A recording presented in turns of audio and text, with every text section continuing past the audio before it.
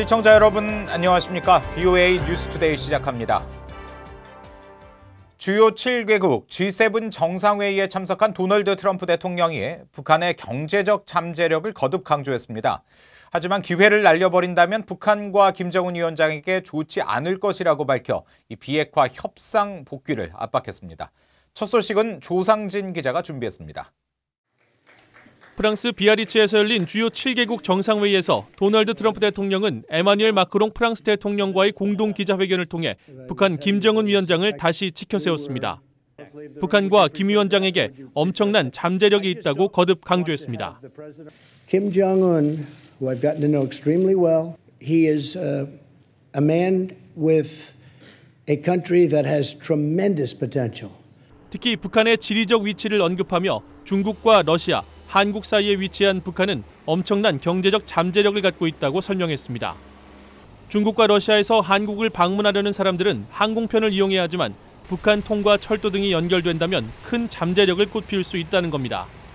그러면서 김 위원장 스스로 이런 사실을 잘 알고 있고 자신이 발전된 북한의 지도자가 될 수 있을 것으로 보고 있다고 말했습니다. 앞서 트럼프 대통령은 압델 파타 엘시시 이집트 대통령을 만났을 때도 북한의 잠재력을 거듭 언급했습니다. 그러나 북한이 기회를 놓친다면 좋지 않은 결과를 맞게 될 것이라고 밝혔습니다. North Korea has great potential, and I don't think North Korea wants to blow it, because if they blow it, it won't be good. 이런 가운데 아베 신조 일본 총리는 기자회견에서 G7 정상들이 북한 비핵화에 대해 함께 논의했다고 밝혔습니다. 北朝鮮については米朝プロセスを支持し、朝鮮半島の非核化に向けて取り組んでいくことで一致しました。 아베 총리는 앞서 트럼프 대통령과의 양자 회담에서 북한 미사일 발사를 유엔 안보리 결의에 대한 명백한 위반이라고 밝혀 단거리 미사일 발사는 문제가 없다는 트럼프 대통령과 상반된 입장을 보였습니다. BOA 뉴스 조상진입니다. G7 정상회의를 주최한 프랑스가 북한이 거듭된 미사일 발사로 지역 안보를 해치고 유엔 안보리 결의를 위반하고 있다고 규탄했습니다. 프랑스 외교부는 26일 성명을 통해 북한이 한 달 새 7차례 탄도미사일을 발사한 것에 대해 프랑스는 우려와 함께 관련 정보를 주시하고 있다며 이같이 밝혔습니다. 이어 북한의 유엔 결의 준수와 미국과의 비핵화 협상 재개, 대량 살상 무기 프로그램에 완전하고 검증 가능하며 되돌릴 수 없는 폐기를 보장하는 절차에 신속하게 임할 것을 촉구하며 이런 목표가 달성될 때까지 안보리 대북 제재 결의가 계속 유효할 것이라고 밝혔습니다. 영국 외교부도 성명을 통해 북한이 여러 유엔 안보리 대북 결의들을 위반하며 단거리 탄도미사일을 추가 발사한 것에 대해 실망스럽다면서 미사일 발사 실험 중단과 미국과의 대화 재개를 촉구했습니다. 도널드 트럼프 대통령이 25일 G7 정상회의가 열린 프랑스에서 스콧 모리슨 호주 총리와 만나 북한 비핵화 등을 포함한 양국 현안을 논의했습니다. 두 정상은 회담에서 북한을 비핵화하고 이란의 악의적 행동에 대응하기 위한 공동 노력을 포함해 공유하고 있는 외교 안보 과제를 논의했다고 백악관은 설명했습니다. 앞서 미국과 호주는 지난 5일 양국 외교 국방장관 회의를 열고 북한의 모든 대량 살상 무기와 미사일 프로그램 포기라는 공동 목표를 재확인하고 연합훈련은 물론 미사일 방어를 포함해 과학 기술 분야에서의 방위 협력을 강화하자는 약속을 한 바 있습니다. 이 북한의 식량 부족 상황이 최악의 아프리카 빈곤 국가들처럼 열악하고 10년 뒤에도 비슷할 것이라고 미 농무부가 전망했습니다. 북한 정권이 국가 자원을 곡물 생산이 아니라 군사력 증강에 계속 집중하는 게 가장 큰 걸림돌이라고 전문가들은 지적했습니다. 김영권 기자의 보도입니다. 미국 농무부 경제연구소는 최근 발표한 연례 국제 식량안보 평가 보고서에서 현재는 물론 10년 뒤에도 북한의 식량 상황은 암울할 것으로 전망했습니다. 올해 북한 인구의 57.3%인 1,460만 명이 식량 부족을 겪을 것으로 추산하면서 10년 뒤인 2029년에도 41.6%인 1,110만 명이 식량 부족에 시달릴 것으로 전망한 겁니다. 또 1인당 하루 필요 열량 2,100칼로리에 414칼로리가 더 필요한 북한은 10년 뒤에도 356칼로리가 부족할 것으로 내다봤습니다. 이는 내전으로 국가 경제가 파탄난 예멘에 이어 아시아에서 두 번째로 열악한 곳으로 세계 최악의 빈곤 지역인 사하라 사막 이남 지역과 비슷한 수준입니다. 버짓 미트 미 농무부 경제연구소 국제담당 조정관은 BOA에 북한은 지난 5년간 국내 총생산 GDP가 마이너스 성장을 기록한 데 이어 앞으로도 10년간 1.1%의 성장이 예상돼 개선이 더딜 것으로 전망됐다고 말했습니다. 전문가들은 이런 북한의 만성적인 식량난에 북한 정권이 국가 자원의 우선순위를 식량 증산에 필요한 비료나 트랙터 등 물적 자원이 아니라 군사력에 계속 두는 게 가장 큰 걸림돌이라고 지적했습니다. Food production is an important goal for the North Korean government, but it's not enough of a priority that they could do better in terms of their own national investment.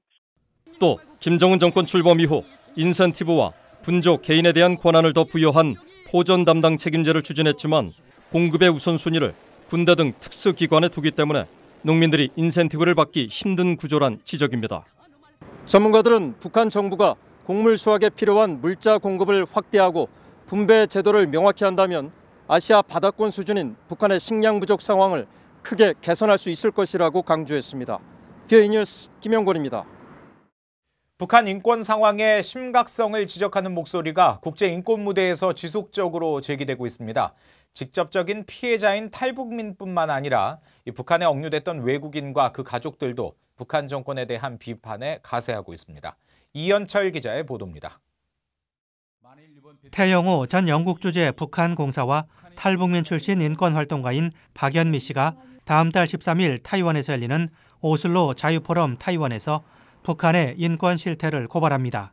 이 행사를 주최하는 미국 뉴욕에 본부를 둔 국제인권단체 인권재단은 태전 공사와 박연미 씨가 포함된 초청 인사 명단을 공개했습니다. 그러면서 13살에 탈북한 박연미 씨가 독재 정권의 끔찍한 인권 유린을 알리기 위해 전 세계를 여행하고 있다고 소개했습니다.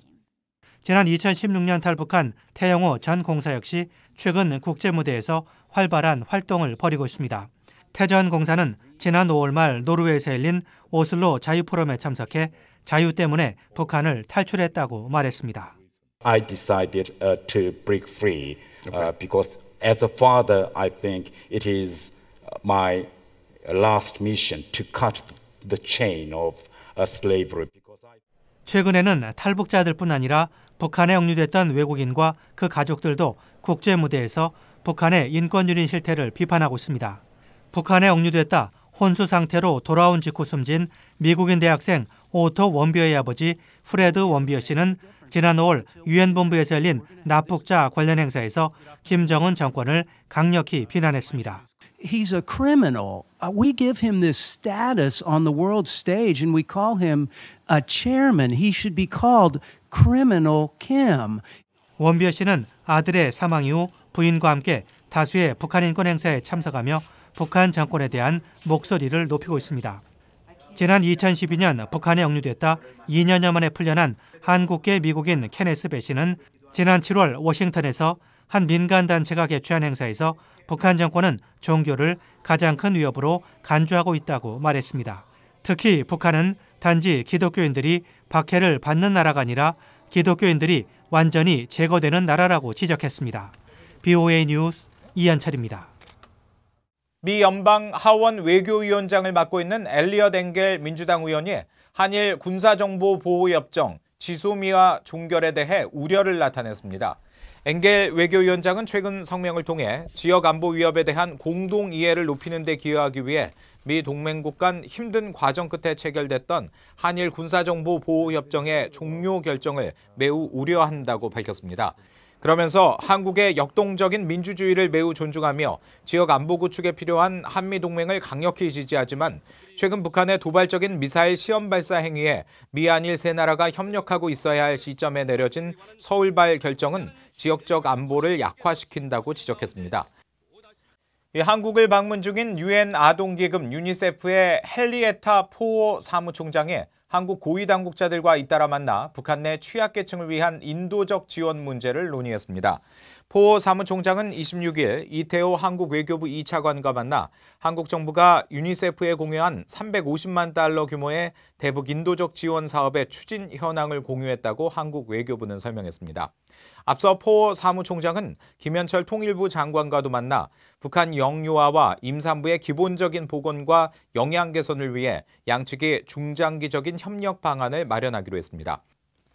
이상으로 VOA 뉴스투데이 마칩니다. 함께해 주신 여러분 고맙습니다.